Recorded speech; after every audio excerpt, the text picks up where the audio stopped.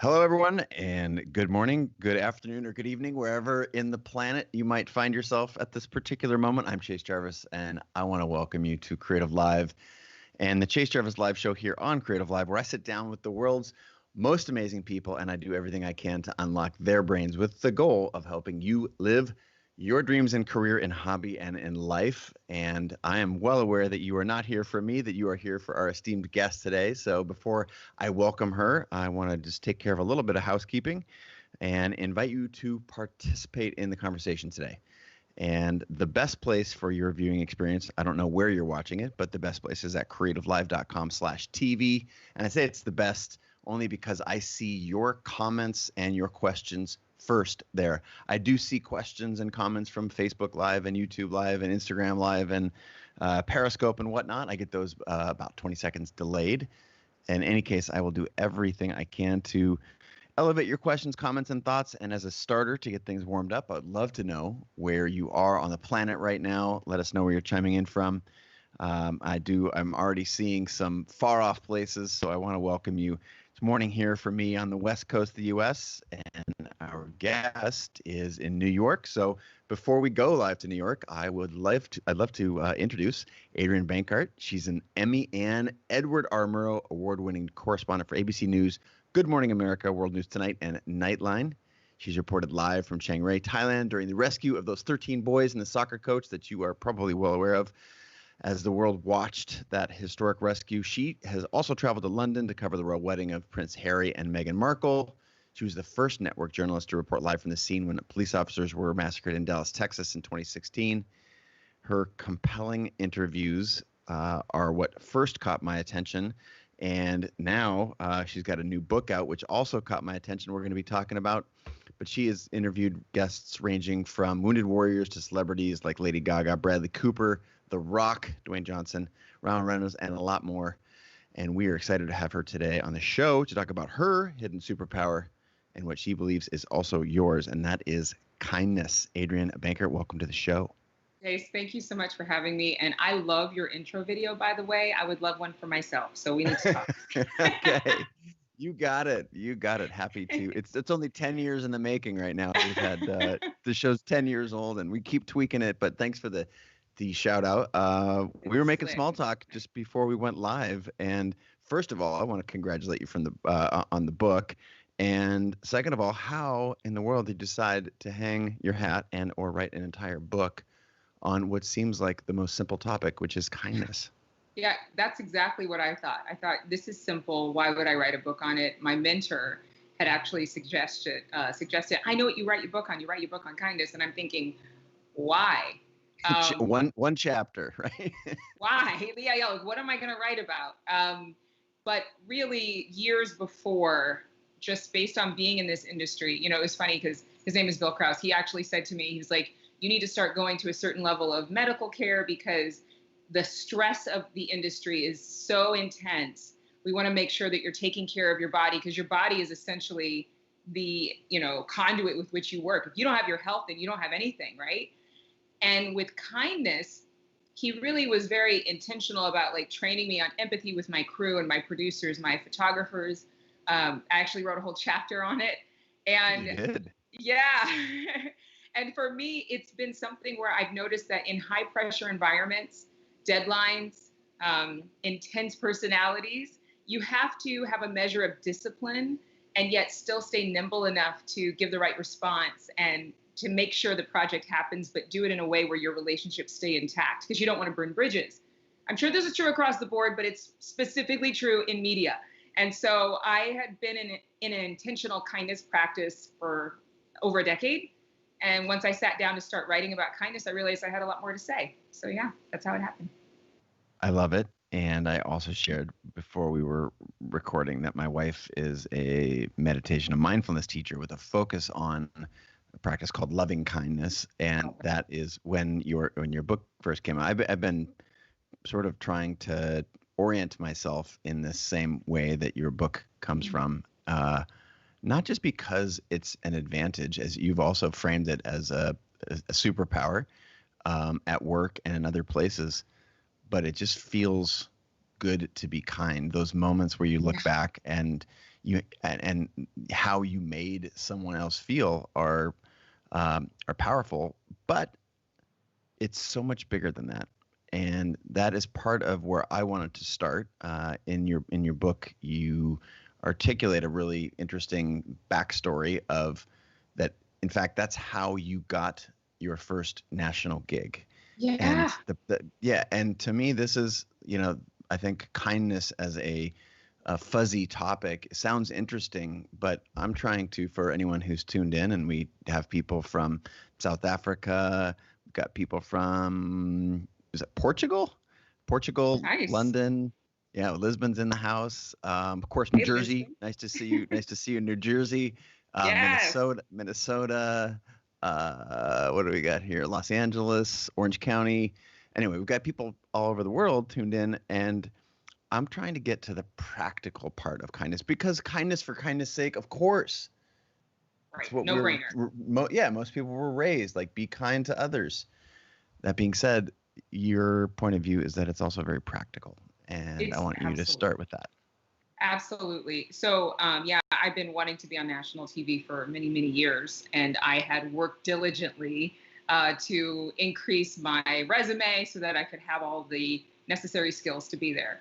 But it wasn't until I left Dallas-Fort Worth and was looking for another gig to make more of a climb, to do more, to expand myself, to stay more flexible, that a woman who'd known me my entire career, she called the GM of the station in LA that I'd end up working for. And she called her up and she said, "You need to work with Adrienne Bankert. I've never heard her say a bad word about anyone." And again, like, I'm not perfect. I've said things that I definitely shouldn't have said. I've said things that I regret. But with this particular woman and in my business, I worked really hard not to talk smack, not to gossip, not to be negative, to, stay out of negativity.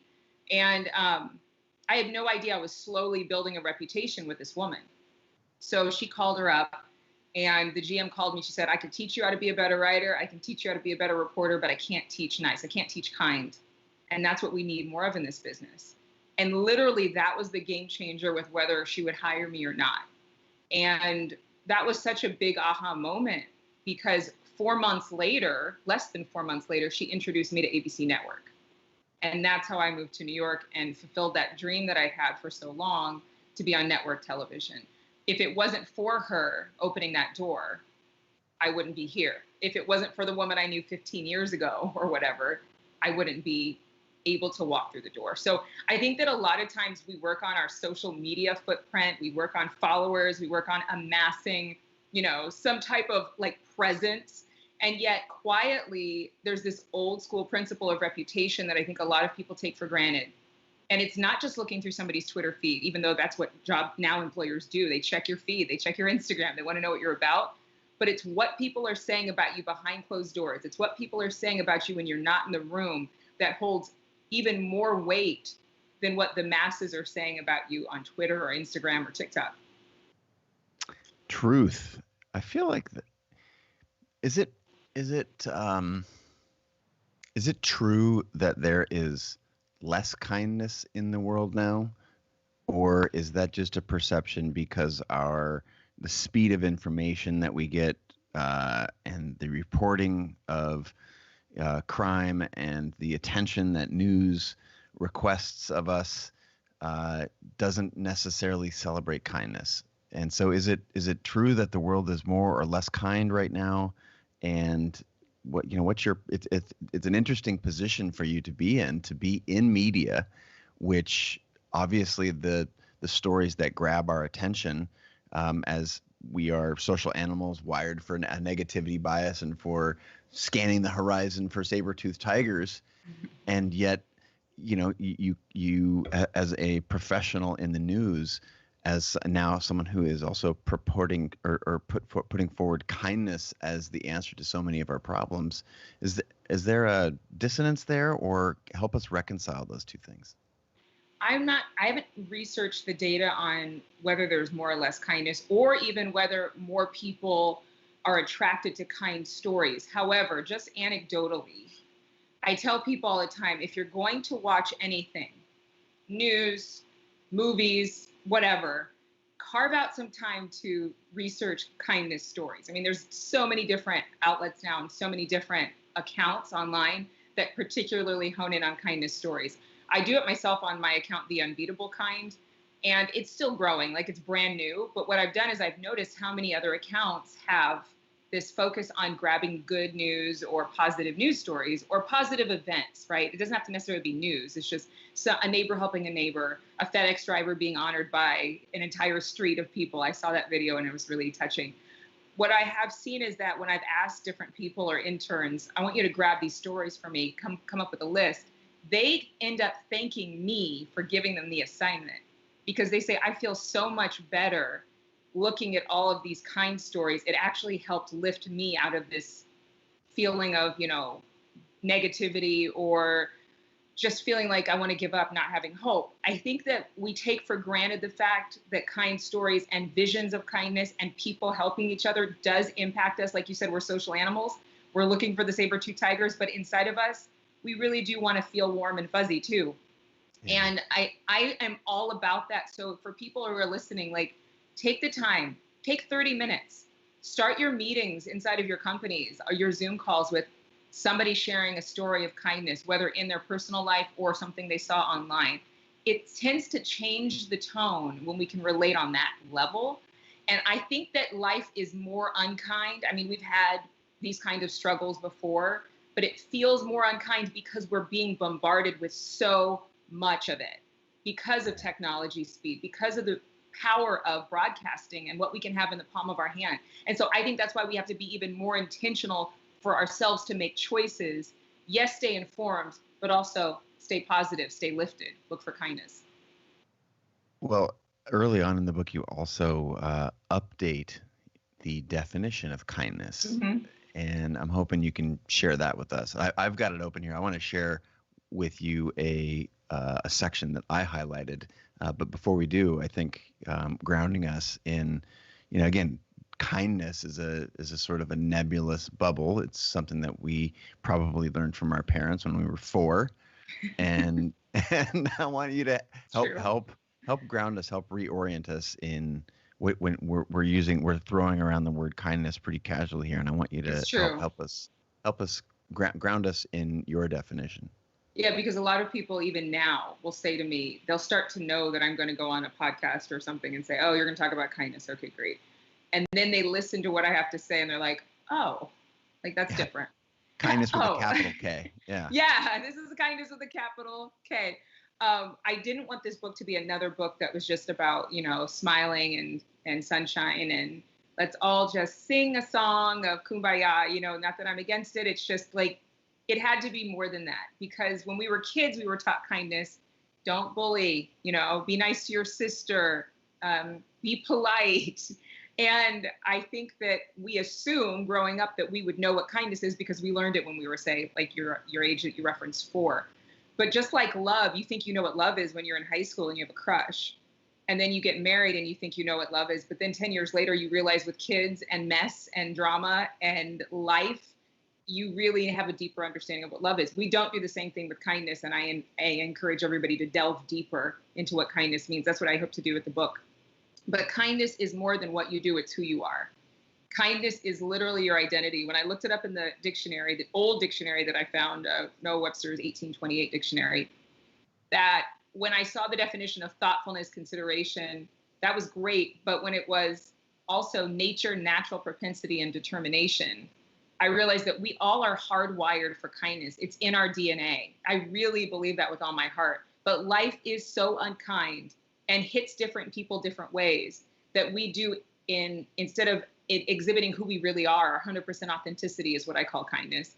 We will exhibit behavior motivated by the pain we've been through, by the disappointments we've been through, by the relationships that have let us down, by the promotion that we should have gotten, but we didn't. Because life is so unkind, we in turn change. But deep, deep down, I really believe that every single person on the planet has the ability and actually the natural propensity to be kind. Well, and you've referenced, as I did earlier, that we're social animals. And social animals, the concept of a social animal means like we have to come together. And what can you come together over? Certainly violence would be a negative a negative way to come together, and this idea of leadership, of companion. And I think the way you talk about it in the book is connection. Yes. And like kindness is such a huge vehicle for connection. So I want to just, if I may, I share a section that I highlighted. Please. That I thought was useful. You should really be the one reading this, but I go for it, Chase. Okay. But it was helpful because it's what kindness is not. Kindness does not mean being overlooked and just letting it go. Kindness does not mean that you'll never speak up. It's unkind not to make a difference. It's unkind not to be who you were meant to be. It's unkind not to stand up for what you believe in.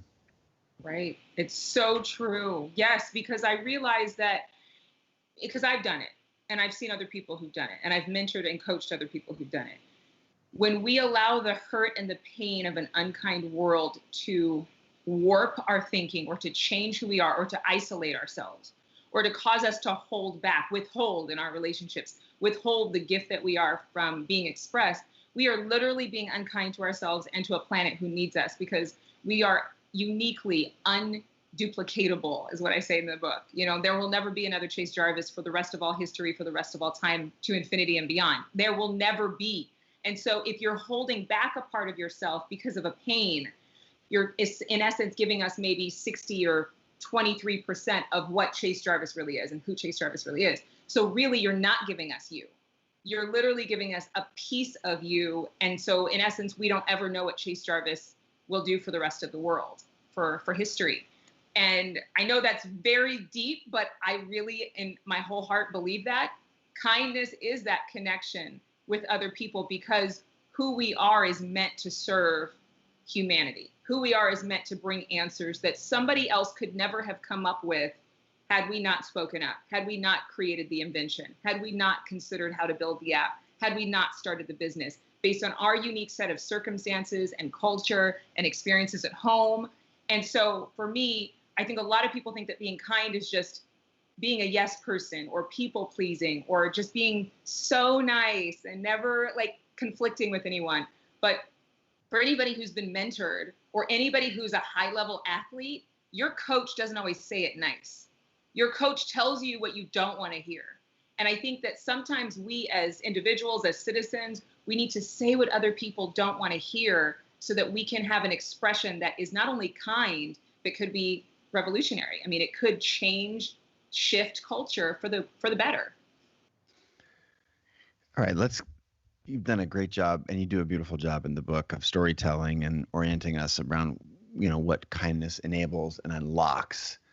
I'm curious if you talked about an active kindness practice. Now, most folks who are attuned to the show, they know what a daily creative practice is. Morning pages, sitting down and journaling. I'm a huge advocate of meditation. So there's I think a strong current of that in the people who are watching and listening today.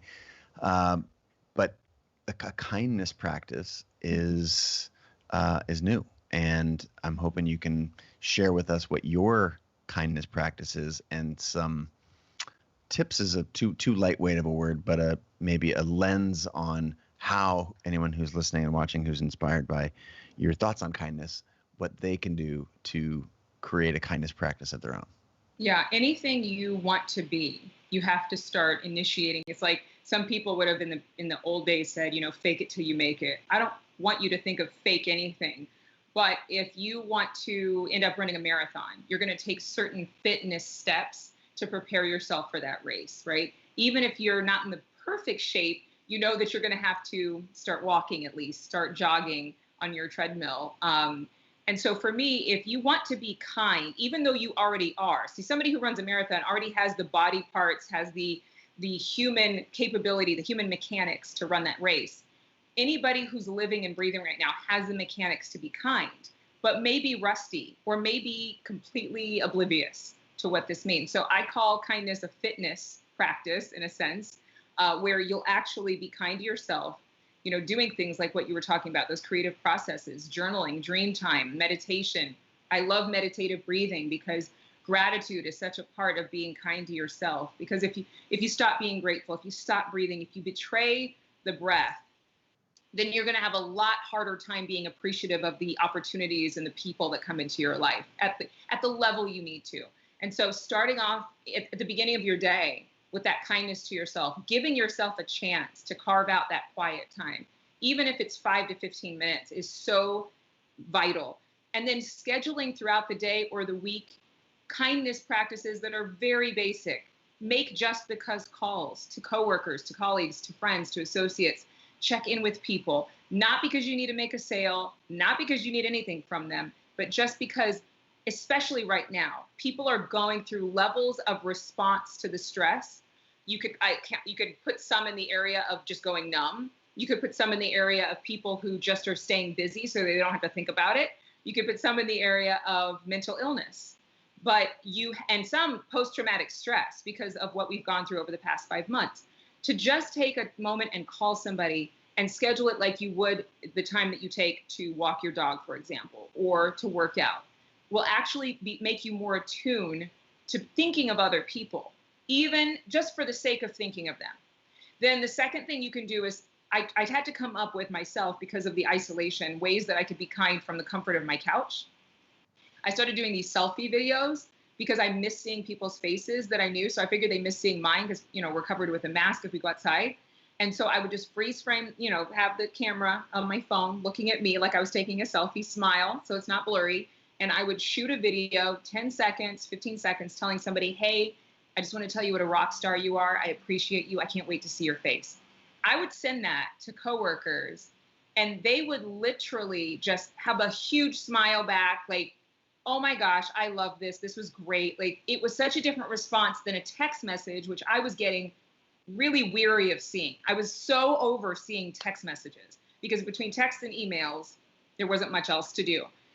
One of the women that works with me, she actually adopted a number of her friends who were laid off. And so she and a group of friends paid for their groceries for 1 to 2 months at the time that they lost their job. I was so inspired by that. And I thought we all need to adopt people right now, whether they're our besties or not.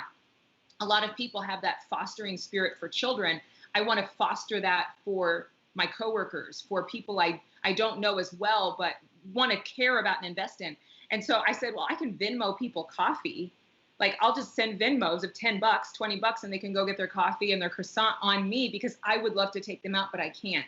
And so we're saving a lot more money, not eating out with friends. Maybe now we're starting to go out and eat on the sidewalk like here in New York, but sending a Venmo and just saying, hey, coffee on me. I have a whole group of women now. We're doing it for each other, about 9 of us. And so every month we choose somebody, and they can take the money and do whatever they want with it. And then one more thing is that when you are thinking about kindness, take some time to observe your quarter or your year. We have financial goals for ourselves.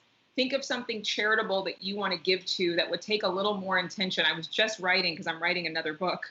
And I was just thinking about a time when I had decided to give $10,000.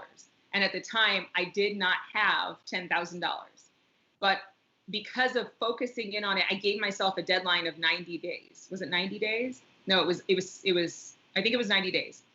And my journey through doing that led me to different relationships. It led me to different things. And that's one of the big benefits of kindness, is that it opened doors that going through the motions could never open for you. That really resonated with me in the book. And in fact, you've got a whole chapter somewhere in the middle of the book, 6 or 7 or 8, about the way that kindness opened doors. But before I go to that, because I think it's a really interesting concept, I want to circle back. You talked about kindness to others, right? You talked about taking care of your crew, another whole chapter about that, which I think is so extraordinary. And that's very much about Venmoing $20. Mm-hmm. I love these concrete examples. Talk to me about self-talk and kindness to ourselves, because so many people that I know are outwardly nice, outwardly polite, kind, generous people. And yet some of those people are having the toughest time right now. And that's an act of, their language of love. You give what you really want to receive. And so how does one, especially in this time, and just as a reminder, we got Luis and Grady, Graham from Australia, Marcy, Mount Marcy near the Space Needle here in Seattle, where I'm broadcasting from. Oh, that's awesome. People saying thank you so much, and this is needed now more than ever. but specifically, how would you instruct someone to learn to have a kindness practice toward themselves? This is such a good question, Chase. I love this question because it's something that I've had to work on. And it's also something that I believe is an answer for a lot of people as to what causes they should align themselves with. So one of the big things that I had an aha moment about right before I wrote the book is I was feeling very gloomy. I was giving to other people. I was giving to charity. I was working really hard. I was succeeding in my career. Everything looked perfect on the outside. And yet I still had this gloominess. And one of the things that came to my mind was I was using so much energy to worry. A lot of times what the people that you're describing, their self-talk is really bad because they're toxic in their level of worry. Outside, they'll express themselves to help anyone, a stranger, a friend. Like they'll be the first ones if you need to move really quick last minute, and they'll be right there for you. But inside, they take on so much of the care of the world. They take on so much of the care of their family that they end up becoming toxic all by themselves. And they're hard on themselves. They're hard on themselves because they want to do more, and it burdens them that they can't do more. And so one of the things I started saying as a mantra that I'm being reminded of recently by somebody who was at my event last year is, this is the best day ever. I'm the happiest girl on the planet. Everything's working out for me.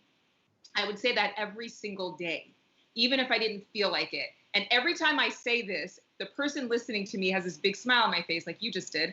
And they always like kind of chuckle. I don't think they're laughing at me. I think they're thinking, well, that's kind of cute or whatever. But it feels so warm. It feels warm. It really does. See?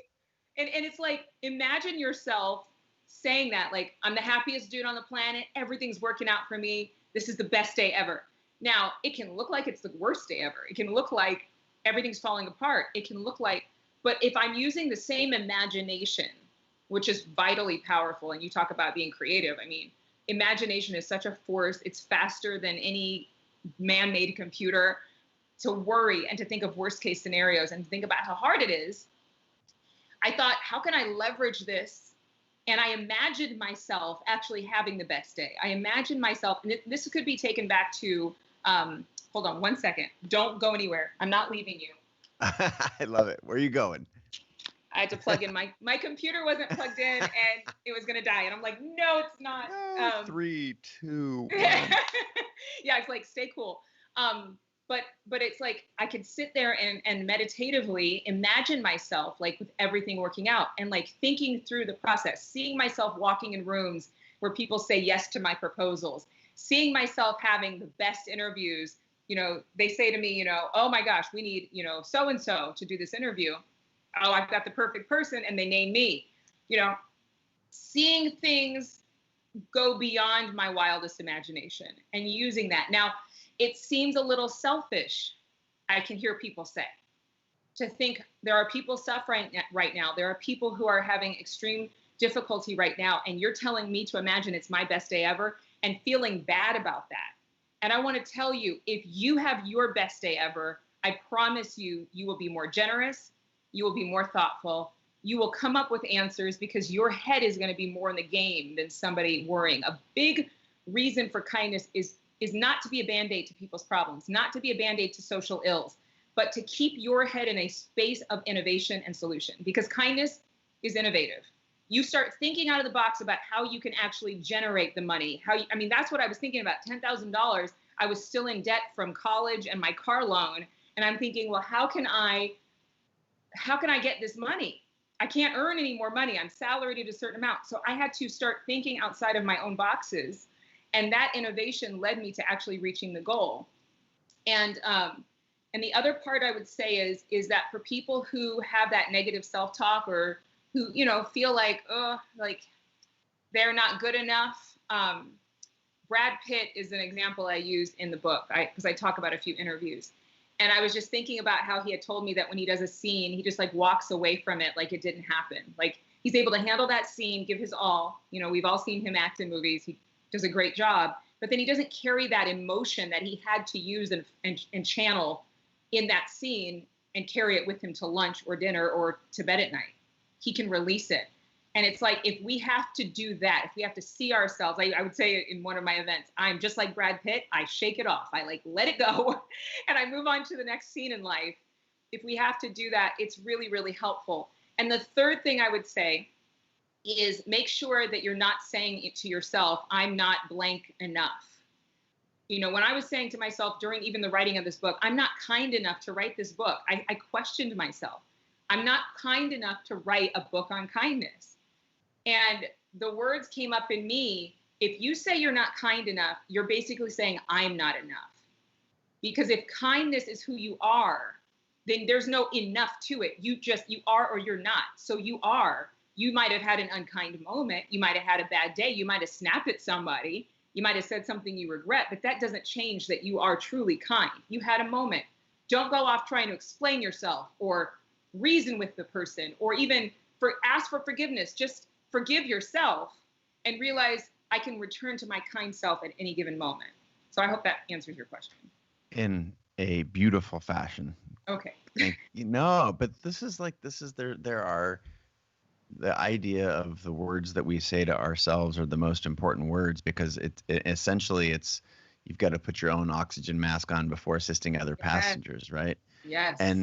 And that is such I think an easy thing to say and a hard thing to do, especially as you know, Grady and Maria and all the folks who are commenting now across all the different platforms that are listening and watching know to be true right now. Because as you've referenced, the last 5-6 months have been so hard and so different than what we have experienced over the previous years, some for terrible reasons, some for very good reasons. And it's so easy to fall, especially into this isolation pattern, because we're spending more time alone now than ever before.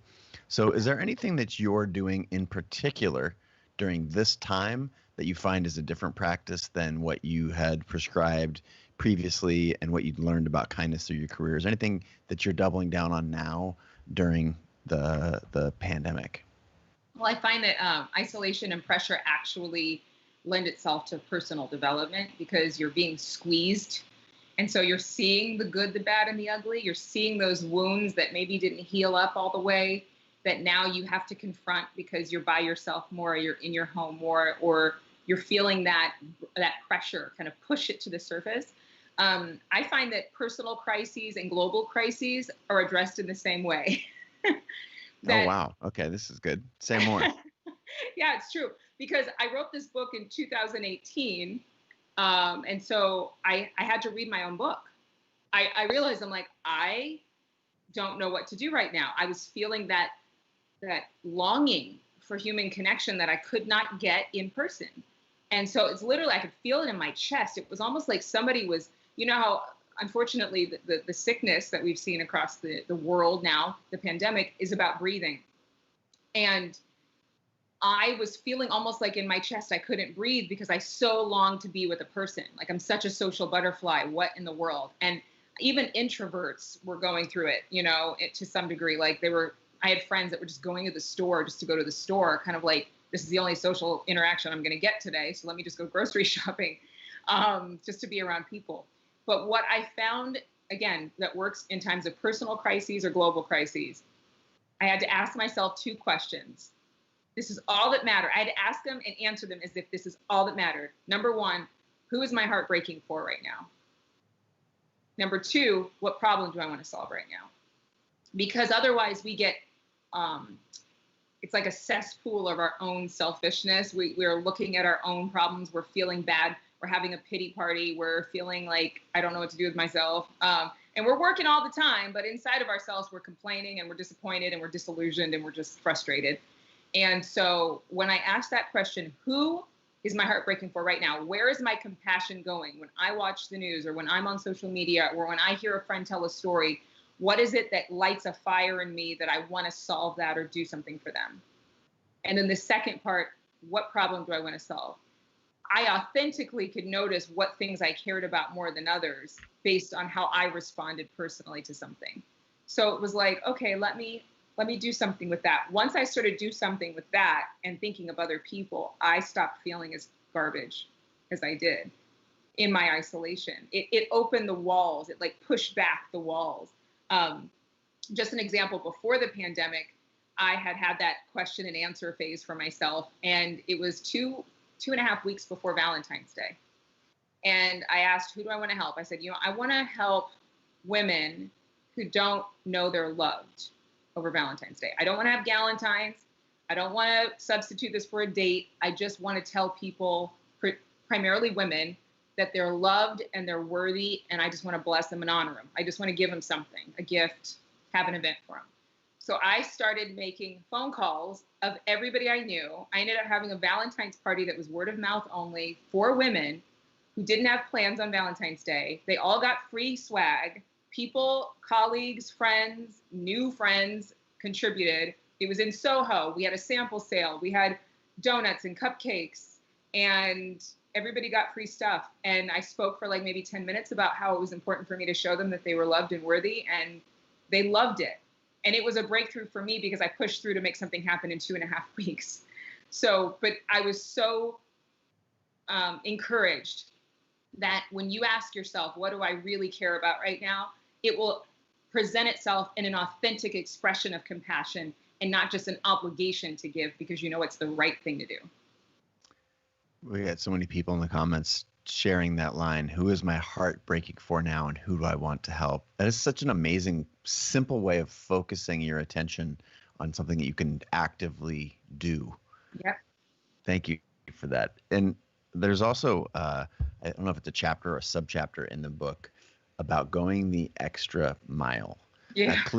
Clearly in your career professionally, and it sounds like with your friend group there on Valentine's Day as an example, you've gone the extra mile. But what effect does that extra effort have on your own lens of yourself, of others, the world, and kindness in general? Talk to me about the extra mile.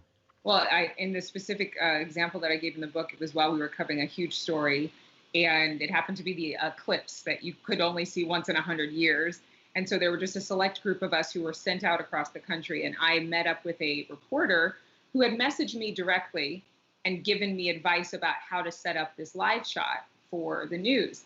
And I remember thinking I could just say, thanks, and move on because we're a network. This was a small town reporter. I've been a small town reporter. I know how valuable reporters are in local markets because I was one for so many years. And actually the networks couldn't put news on the way they need to without local reporters. But with the Army and the assets and the budget for this event, I thought I really could just say, we're good. Thank you so much. That was very kind of you, and move on. But I thought, first of all, he's there and I'm not. Sometimes it takes a lot more to turn a big ship than it does a little tugboat. And the tugboat ends up pulling the big ship out, into the right position. So not despising that local news job that he had, but honoring the fact that, number one, he's there and I'm not, and recognizing that he's an expert in that community. He has expertise I will not have, my producer will not have had, even if my producer comes 3 days ahead of me and does all the work on the ground. Number two, I honored the fact that he would take the time to send me detailed notes. And so he was going the extra mile. I was going to go the extra mile in return and give him the time of day and say, hey, if you're around, let's meet up. And so we ended up making a connection, and I ended up consulting him for 6 or 8 or 12 months of his career because of the relationship that we made as a result of me being willing to take a moment and give him a moment, and not to just go through my motions or hurry up and go to, I think that sometimes we reach a certain level where we think, got it, I got it, I'm good. I've been there, done that. Yeah, I've been where you are, so I'm good. We can never think that we're too smart or too good for anything, because it's the people who come up that may not look like they have everything to offer, who have so much that we could never buy. And a totally different story, but a kind of a go the extra mile scenario in the midst of this pandemic. One of my cameramen called me, and I saw his name pop up on my phone. I missed the call, but I called him back. I said, hey, what's going on? I was so excited to see his name because I've been thinking about him. And I've been thinking about a few of my crew and if they were working during this time. And he said, oh, I didn't mean to call you. I'm so sorry. Like, it was an accident. And I said, no, I'm glad that you did. How are you doing? What's going on? Are you good? And he said, no, I'm not. And I said, okay, tell me what's going on. Are you alone? Like, what's the deal? He's like, yeah, my 2 daughters don't live here. His wife had passed away a year or two before, and I remembered that. When we were working together, I found out. So I knew he was a widower. I said, you know what? Listen, I'm going to adopt you. I'm going to call in just like I'm one of your kids or your cousins or something. I said, I'm going to check on you regularly. Just just because. And so that was going an extra mile. I could have just said, oh, hey, you called me on accident. You doing good? Okay, stay safe and healthy. Click. I know nobody does this with their phone anymore, by the way. I just it's a habit. That tells age. Click. But it's okay, kids. I know you do this now, or you don't even do that. You just have the earbuds. But my point being is that I went the extra mile, and I heard in his voice how he was not doing good. I heard in his voice that it was a little stressful. He hadn't been working as much. And I decided to do something kind. It doesn't take but 5 minutes to call him every week or 2 or 3 weeks and be like, yo, checking in. There I go again. I'm checking in. And he's appreciative, and he's thanked me multiple times, and I can tell it brings joy to his day. So there's a couple of pieces of practical go the extra mile. Those examples, that's where the best stuff in life is, right? Just outside of our comfort zones. Like, I don't know if this person wants me to call them every day, but that was a message that I got consistently in the book, is just this showing up authentically as yourself over and over, whether you call it the extra mile or authenticity, or it's just, as Sarah Broshnan says here from Facebook, this mentality can be so contagious. Yes. And it's very hard for us to be what we can't see, and to show up in this world over and over as doing more than is would be we may be accustomed to anyway. I just want to say I thank love you, what you're saying. but it's just so truthful. You have to continue to show up. And so I want to flip the script now for a second and go to a place that the way that you're showing up here is pretty perfect. Like, it seems like you must go through the world always nailing it, always looking out for those around you. And I'm guessing, as we were talking before we started broadcasting today, that there are times when you are not perfect. Oh my God. So, but every day, but in order for us to sort of take the medicine with the sugar, help me understand a time or a place where you were not able to show up, and how do you then repair that with yourself and with someone else? Yeah, well, I mean, there's plenty of times. I think one of the things that I talk about in chapter 10 is resiliency. And now you can be going through something emotionally and you snap, or you're edgy. And I mean, here's the key. I'm not sweating because of your question. I'm sweating because it's hot in New York and I don't have my air conditioning on. But it's so hot. I don't see it. I'm glad. I was like, I don't think you can see it, but I have to zhuzh my face in here right now. Recently, I realized the importance of having not just the inner circle that, the people in your life, like your mentors, your parents, your friends who are really, really straight up with you, but people that work with you who are willing to say, hey, are you doing all right? Like, what's going on? Is there something you want to talk about? If I didn't have an inner circle, Chase, I would not be here. I mean, there have been so many times where I could have broken down. Like, kindness from others is so much of a life preserver. Because if I am feeling inadequate, or if I'm having a moment where I'm just raging with anger over something somebody did that I saw that I thought was unkind, or something I saw somebody do that was just uncalled for or unjust, it's been the people in that, tight, 5 people or less inner circle who have been able to arrest that emotional response in me. And so my advice to anybody is that when you're not having perfect days, please talk to somebody, please reach out, send a text message, send a video, and just be like, I can't even articulate what I'm feeling right now. I just need somebody to care, because I'm going to say or do something that I'll regret if I don't. And, I've had people in my family, a number of people that I've been acquainted with have had a history of, emotional outbursts or mental illness. And so I'm acquainted with all of that. If you don't feel appreciated or loved or have a tribe, it can be very difficult to live this life right now. And we've talked a lot about my displays of kindness, my practices of kindness, what I've done to establish this as my identity more than a lifestyle, like inherent to me. But if it was not for the people who would take my call or who would harass me with phone calls until I picked up, if it wasn't for the people who kept believing in me when I did not display that best self scenario, if it wasn't for the friends who didn't judge me when they saw the ugly, you know, because there's the good, the bad, and the really, really ugly, where you would not want it posted on the front page of any major magazine or newspaper, that's when the kindness of other people keeps you afloat. And there's been times when in my emotional life, you know, grieving, I talked about, I think, this story in that resilience chapter when I had a loss in my family, a death. And I didn't even know how much it was affecting me. But I would have gone crazy if I wasn't giving in a mentoring group, if I wasn't giving charitably consistently, where I had to actually go and like check the boxes and transfer it from my bank and go through that. Because every time I did that, it reminded me of who I really was, even while my feelings wanted me to just quit and throw in the towel. And so if you don't have that kind of a tribe, I mean, let me just tell you, please find one. I know that's easier said than done, but the kindness that you exhibit is actually going to magnetize you for the right people. I end up meeting the most amazing people because of kindness, because I am kind, because people can see that I make an effort to be kind well before I wrote a book. It has allowed me to meet different people who are in my inner circle now. And so it's not just the power of kindness in you, it's the power of kindness towards you.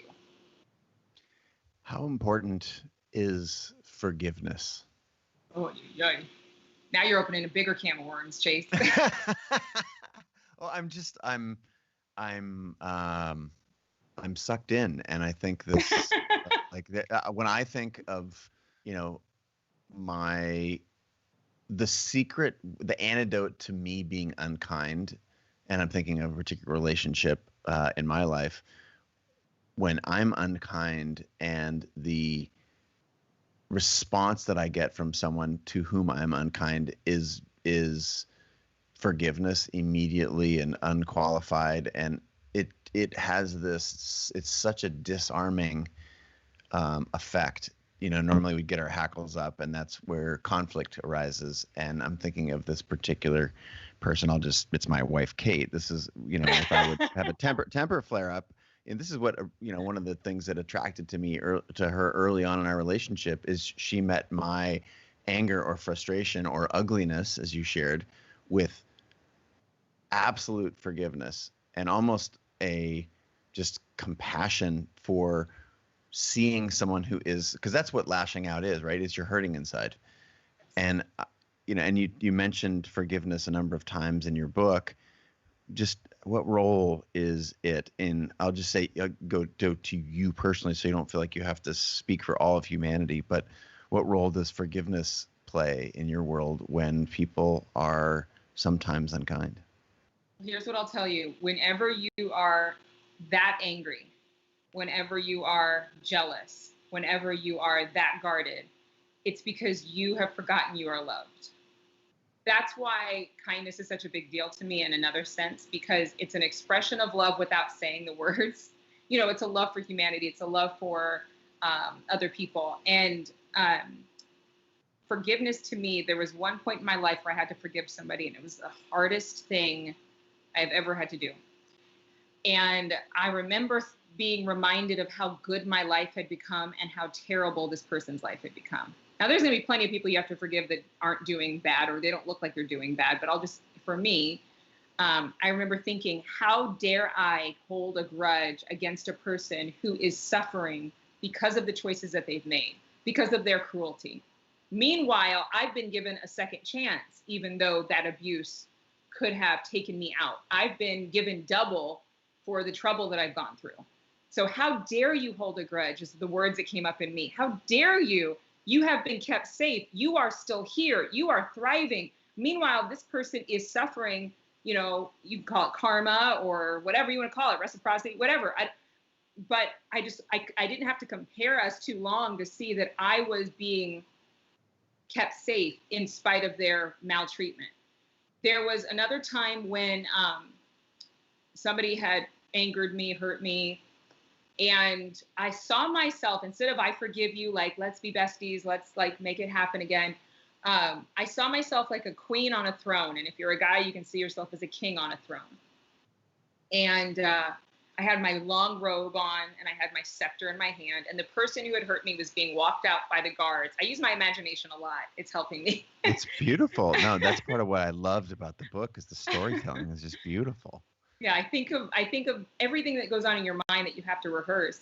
And so I remember thinking, I have the right to keep them in prison and to the execution, chamber, or to let them go free and to never let them hurt me again.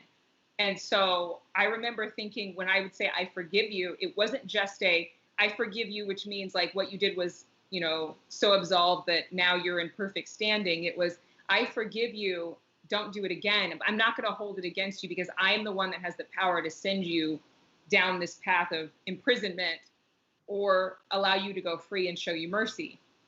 The thing is with forgiveness is that you end up being imprisoned right along with them because it blocks you. And we've heard this before, whether you've had a therapist or a psychologist or watched any number of talk shows. And it's like, we can't afford to put a cap on our creativity. And I usually cannot conjure up a feeling that is associated with forgiveness, where it's like, yes, I feel like forgiving right now. I have to share this story. It just came back to me.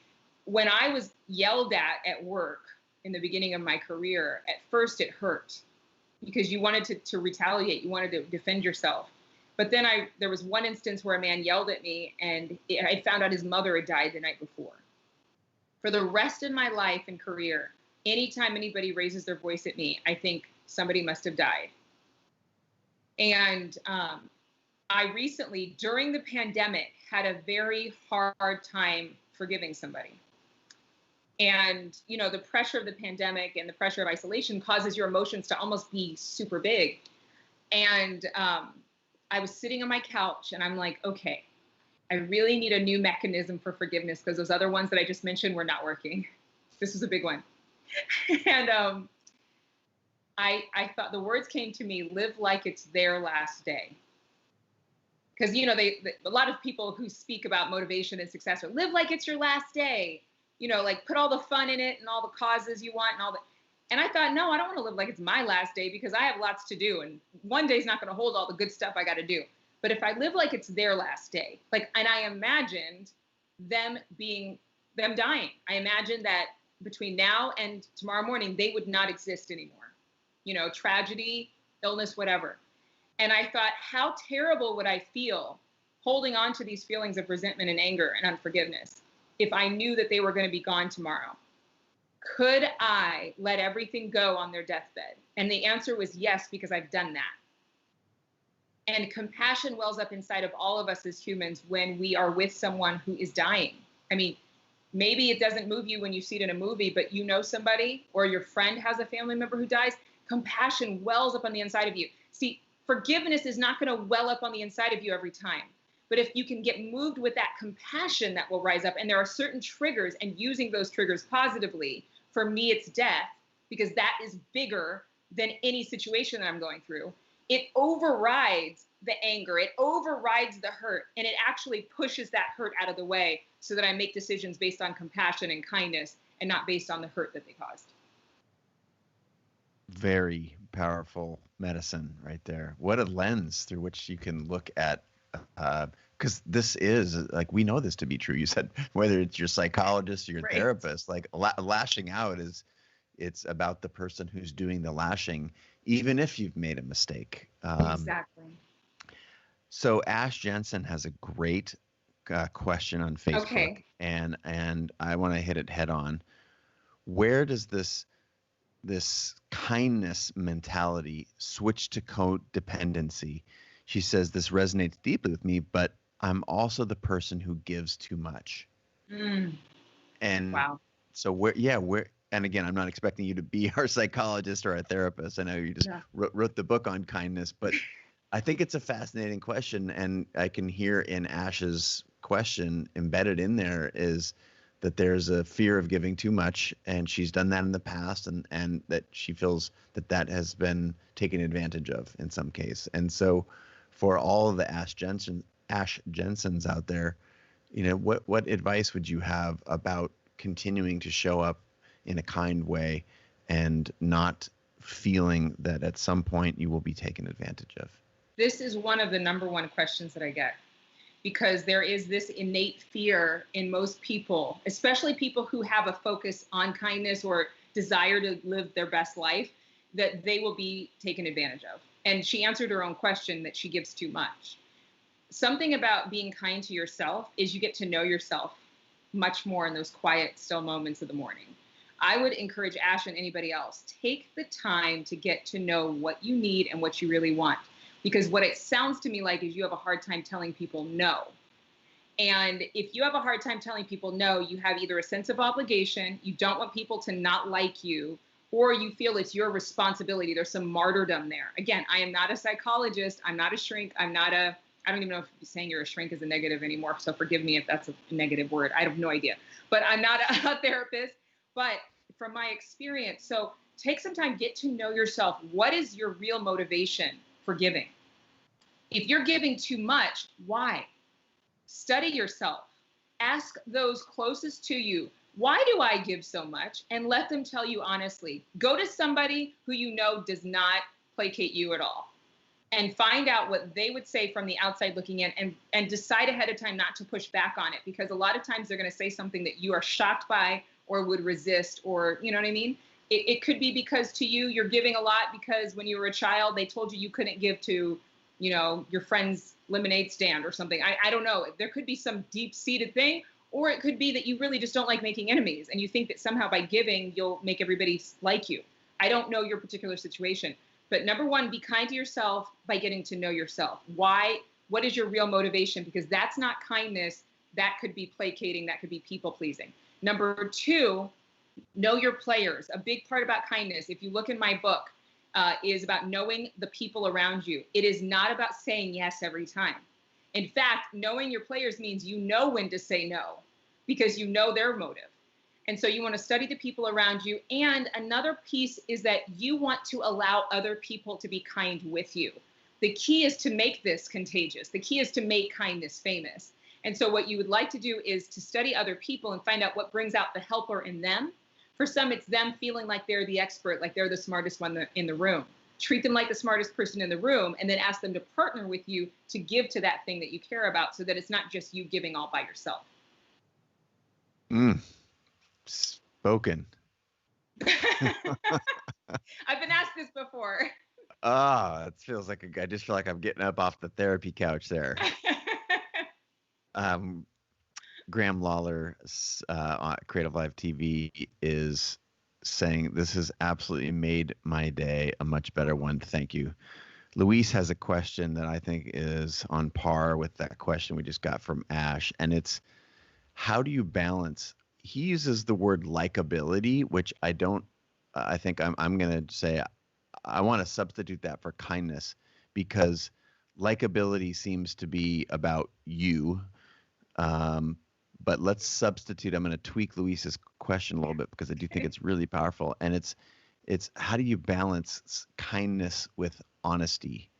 Because many choose honesty, or they can hide behind the concept of honesty and perhaps say things that might be unkind. So the reframing again is, what's the balance between kindness and honesty? Yeah.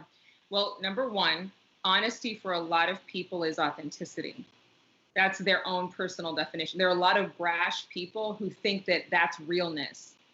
And I like to center it more in how can you serve the conversation? Be less vested in how you're going to come across for your own sake, and more vested in serving the conversation. So when I'm talking to somebody and I have a very close relationship to them, and I've been able to invest in them, they've heard me in my honest moments, and I've decided to still stick around, then usually I can give them some more of my honesty.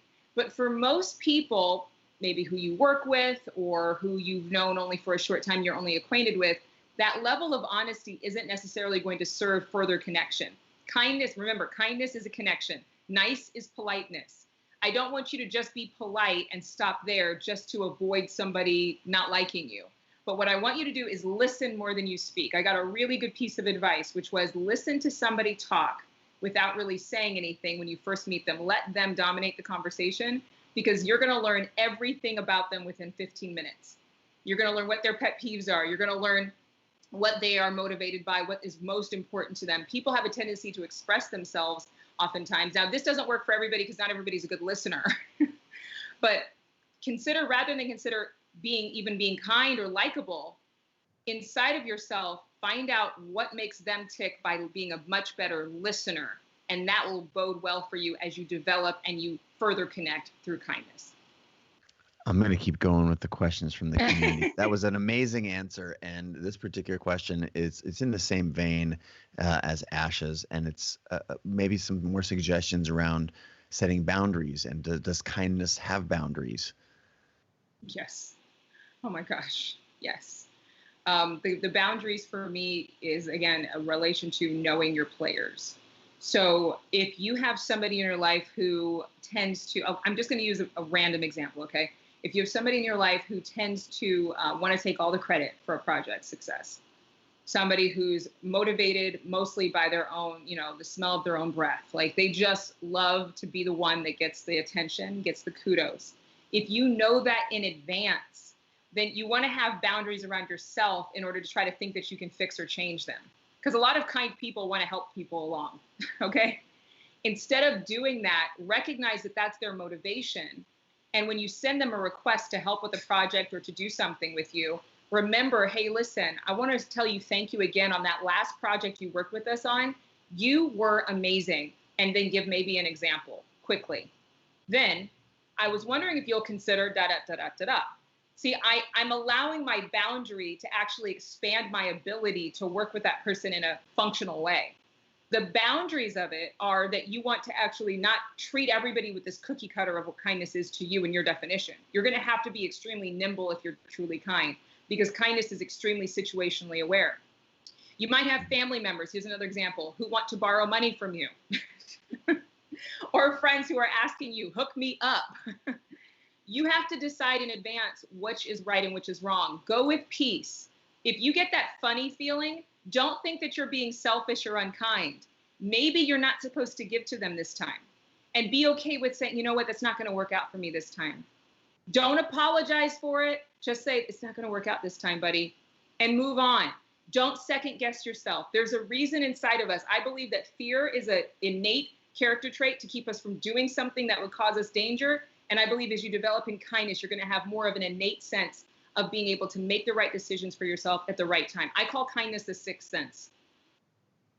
The cool thing that I've noticed about kindness in the awareness that your book has raised for me and my wife's practice around loving kindness is that you, every time you are kind, you develop that muscle just a little bit more. Yes. And then there's this trust that you don't know where this is going to go, but that you're going to get it right. And it's like a kindness muscle.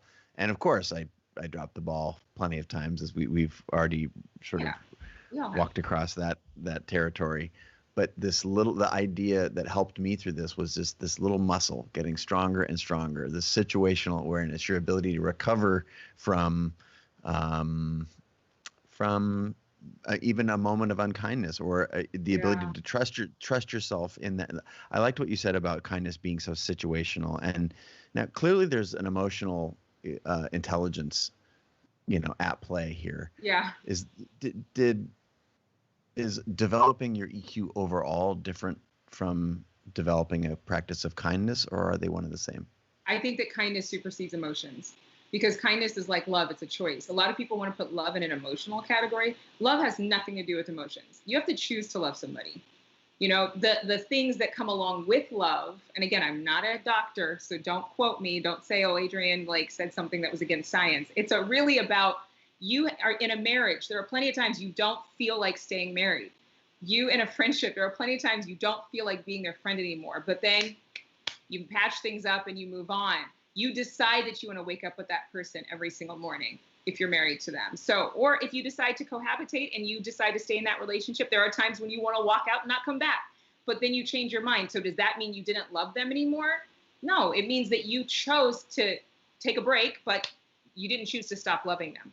Same thing with kindness. I believe that kindness supersedes emotions. I believe it. So it goes above emotional intelligence, natural intelligence, strength, tenacity. It goes beyond all of that, because when you extend yourself, I say you're using your conscience for another person's benefit.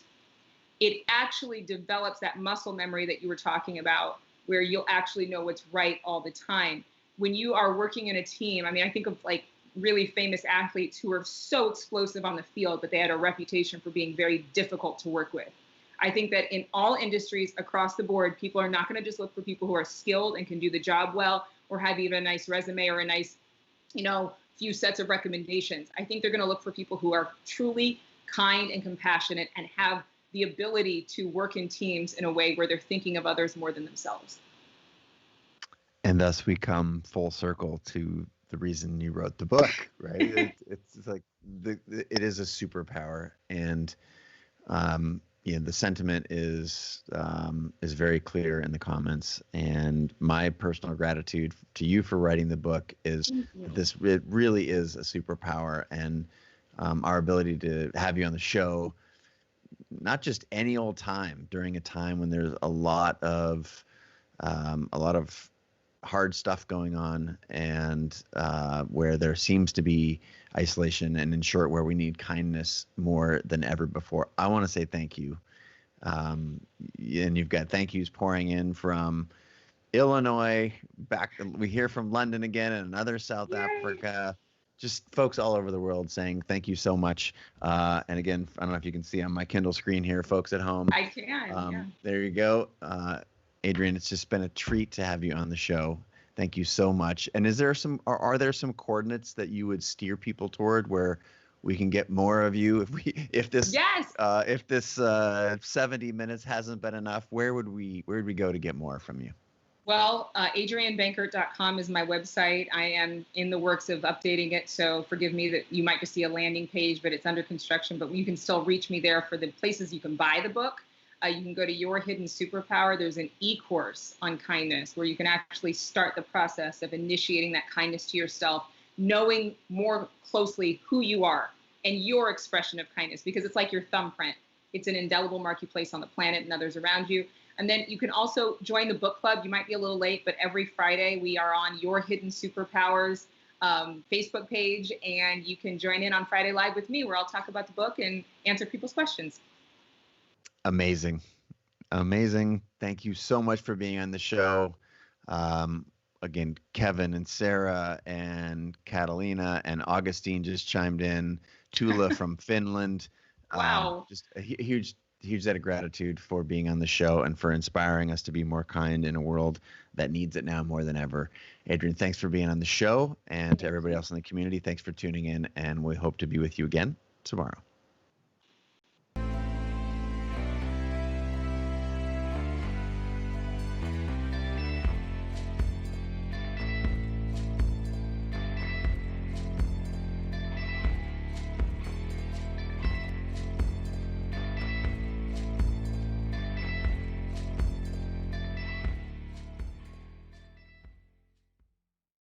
Hey guys, what's up? It's Chase Jarvis, founder and CEO of CreativeLive.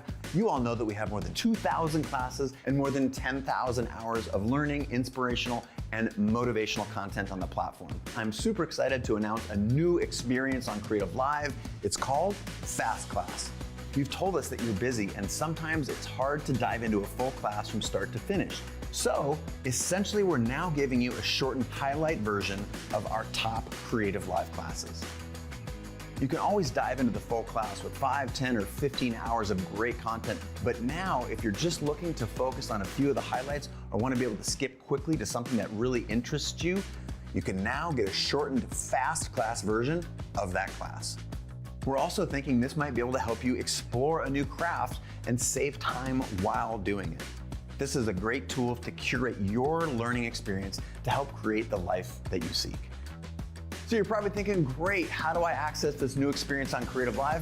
That's easy. All you have to do is be a subscriber to the Creator Pass, and then all this is yours.